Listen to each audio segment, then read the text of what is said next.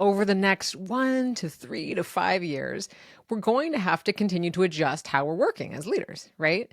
But the answer when it comes to how we integrate AI and automation into our workflow, I've got to believe it's not just full sale replacing people or saying, wait a second, this task can be done by a computer. Our role as managers is about figuring out where the human piece is needed the most, how to delegate offset pieces of work, but not to just kind of like fully remove things. I've got to believe that because I think when we start reducing people to just individual tasks, right? That's where we start to run into some problems, right? Where first of all, we're not recognizing like the full value of what someone brought to something. And we actually aren't, I think, worse than that. We're not looking ahead at, well, what could go wrong without having human intervention? Now, there's a lot of examples, especially in cases like medical technology, where utilizing AI for diagnosis or early detection, like this is incredible, right? We're able to find stuff so much earlier. This is enhancing and supplementing, making something better, right? We're not saying, though, that we don't want to then have a doctor sit down with you and talk about the results and figure out what is your plan for, dealing with treatment and care and whatever, if you find that there is something that you need to deal with, right? So it's a yes and. And that's what I want to talk about on today's episode, really how to figure out what pieces to delegate and really look for that human element so that potentially we're evolving and how are we helping our team members evolve into what their jobs are going to be instead of just saying, see you later. All right, I'm Leah Garvin. This is the new Manager Playbook podcast where I'm on a mission to make managing your team the easiest part of your job. And I'm also here to say, I don't think managers are obsolete. I don't think we're going to be obsolete over the coming years, but the role is undoubtedly changing. It's shifting, it's evolving, and the role is going to keep requiring you to up-level your teams and help them make sense of and become prepared for whatever's changing in whatever industry that you're in. Because it's going to vary industry by industry, team by team, job by job.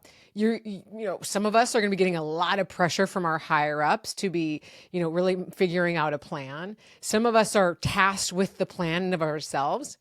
A lot of us business owners listening are trying to figure out, hey, costs are high for every single thing out there, whether it's labor or supplies or rents or whatever it is.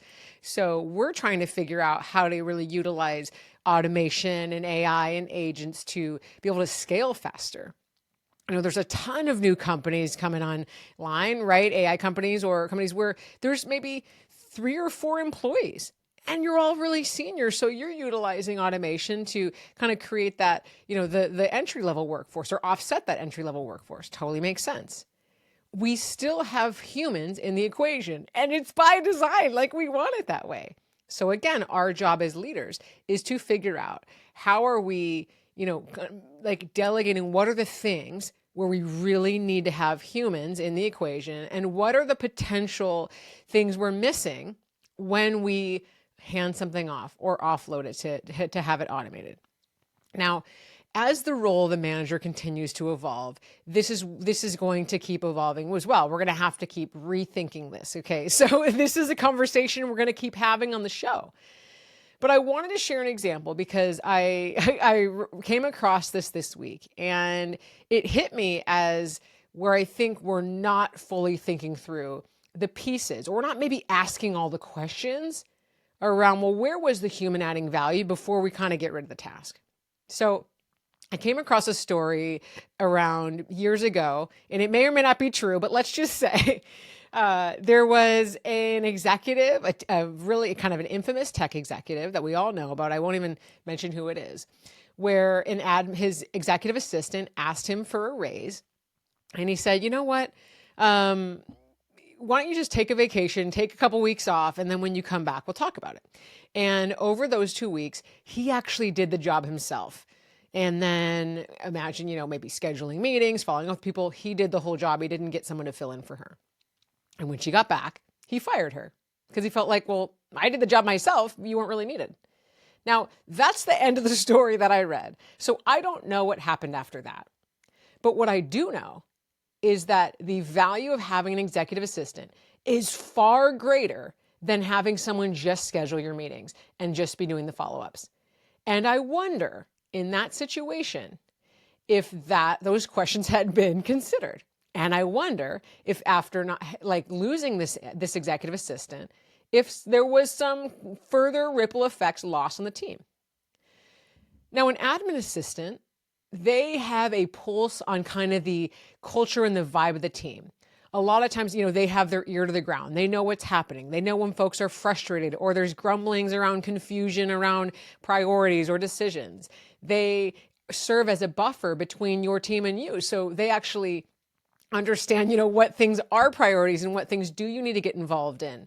They understand your preferences around, travel and timings and different things like that. They get to know you on a deeper level and your team, and they can be a really great both buffer and translator between you and the rest of the team. I working in chief of staff functions. The executive assistant was often my right-hand partner, and we would figure things out together. How do we make sure that the team is both informed, and we also are making sure our executive part, is informed? Like, there's a huge, huge value add for that role. Early in my career, I was an executive assistant myself. And actually, the thing I did least was just booking meetings and booking travel. Most of the time, I was actually kind of strategizing with the VP on, hey, I'm hearing this from the team. What do we want to do about it? Are we talking to people in the right way? I was, with his executive team, I was kind of a confidant, someone to be talking through and wrestling with ideas and saying, hey, do you think that this is going to be, palatable if I share this with the leader? And I'd say, I don't know, and we would talk through it. None of that was the admin, kind of like the tactical tasks of scheduling meetings and booking things. Now, I share this example because, yes, there are going to be parts of jobs that we can automate and should automate. Note taking, like that is like the worst task. It's often like just hand it off to, a junior employee or whoever. No one wants to be doing it. The AI note takers, fantastic, right? We all get the notes. No one forgets to send them. They're way more comprehensive than we would have written down, right? Like, that's a great example of a task to automate. Scheduling of meetings using Calendly, giving a self-service option, right? That's a great example of something to automate. But like the kind of shadow side of that is with the calendar. If you have an open booking system, you may, as an executive, or leader of any kind, anybody, get a bunch of meetings on your calendar that aren't the same priority. And you wish there was someone that was actually running point for saying, well, this has to move for this reason. And you don't just show up and look at your calendar and have either a Swiss cheese thing where you have a hole every 30 minutes, or you have a bunch of things that actually aren't a priority for that day. So just getting the task done isn't the point. And I want us to remember that when we think, oh God, this could be automated. I don't need any entry-level employees. I don't need an admin. I don't need this. I don't need a project coordinator. I don't need a marketing team. I don't need anything. It's like, what are you losing? And how are you making up for that? I'm not saying not to automate things. I automate a lot of stuff that I do. I'm saying we still want to be thinking about that. And so some of the questions, again, we want to be thinking about are, okay, what are some of the sort of like ripple effects of utilizing this tool? So let's say it is, a calendar system. I just gave that example, right? Where there isn't really a prioritization system then, and you might have a bunch of stuff that actually you would want someone sorting through. So that's an example of just things to be thinking through. With the admin, I shared the really critical thing of, well, if you don't have that person that knows you really well, who does have an ear to the ground? Is that a chief of staff? Is that other employees? Who's giving you candid insights and feedback on what's going on the team? We want to make sure that's still happening, right? Even if your meetings are scheduled automatically, who is doing that piece? So before you automate a full role, I encourage you to write down not just the kind of tasks and like sort of like, what are like the bare bones things they have to get done, and write down some of the like sort of social or team culture related, like kind of intangibles where they're adding value and where they're showing up. And those are the things. That's where we still want to have our humans plugged in. That's where we still have so much value to be giving and bringing. And then that's where, as we move some of the tasks to be automated and we free up time for folks. So let's say this tech executive, instead of firing the assistant, he said, hey, I'm realizing calendar management, travel, that could all be automated. Maybe our Amex Platinum or whatever, we can use a travel agent there. I don't really need you doing that, whatever.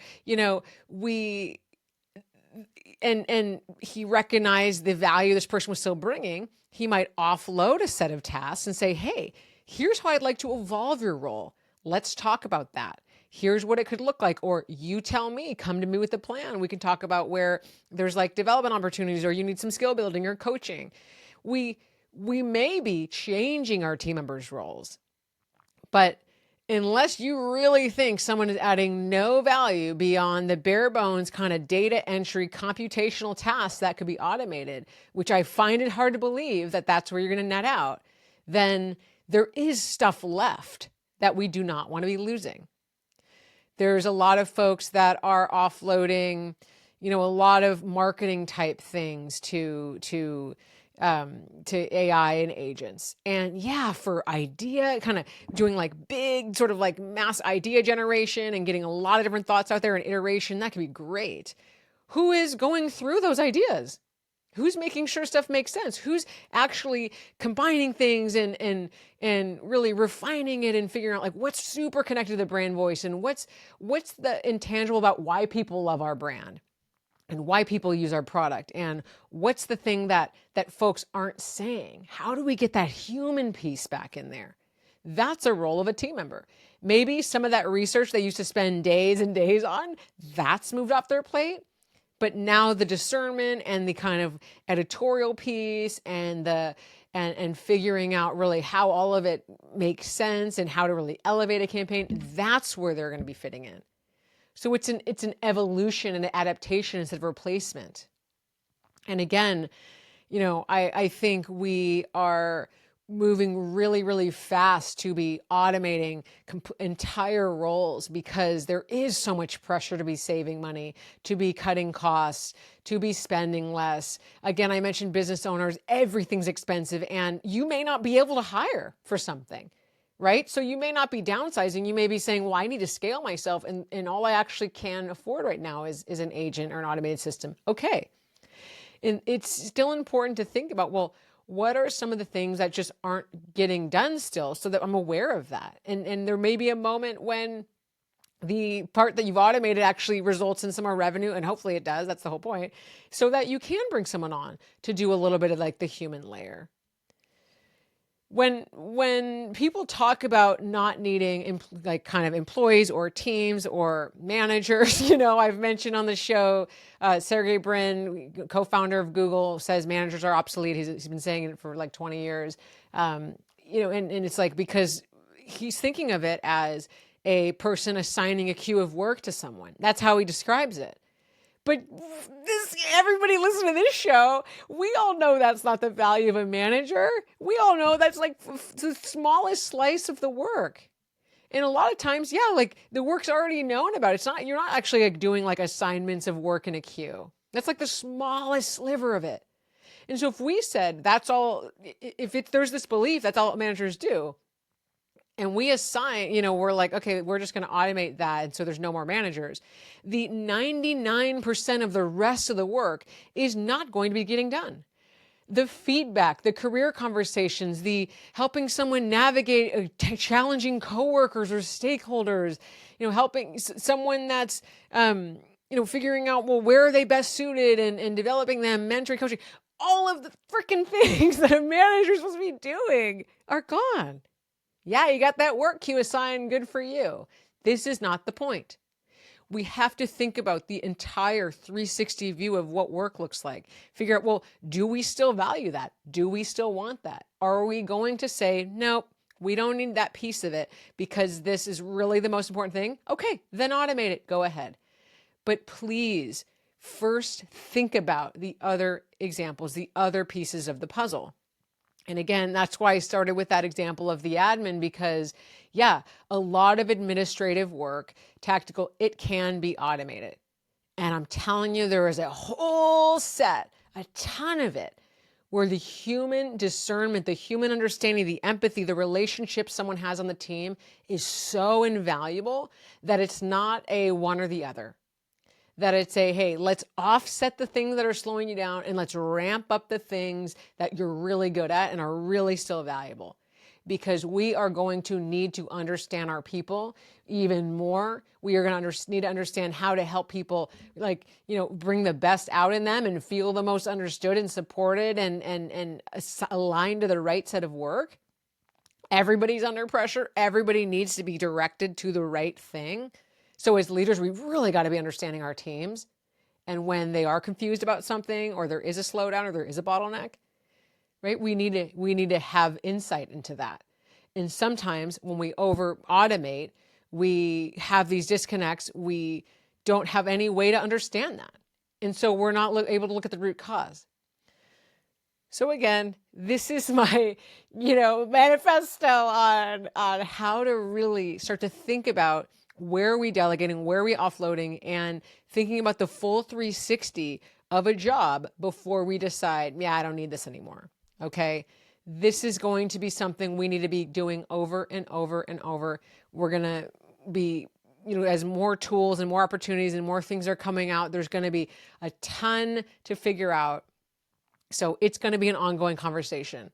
It might be a little bit overwhelming. I know it's overwhelming to me, like, every single day there's a new thing to figure out, but we've got this, right? We have to be taking this in and thinking about these things, right? Thinking about your AI strategy is a requirement of most leaders out there. And it's going to be a requirement of every single leader out there someday. So let's do it. Let's do it together. And there's going to be, again, I'm going to talk about it more on the show. I have a toolkit I put together on, how to supplement your own things by utilizing AI. So to start to get the wheels turning around this conversation, it's at leahgarvin.com/AI toolkit. I think that's a good place to start of thinking, okay, well, how am I bringing this into delegating and feedback, and without believing I need to just remove myself from the conversation. Check out the toolkit, leahgarvin.com/AI toolkit. And we're just going to keep talking about this. You're not alone. I've got you. We're going to make it easier. See you next time.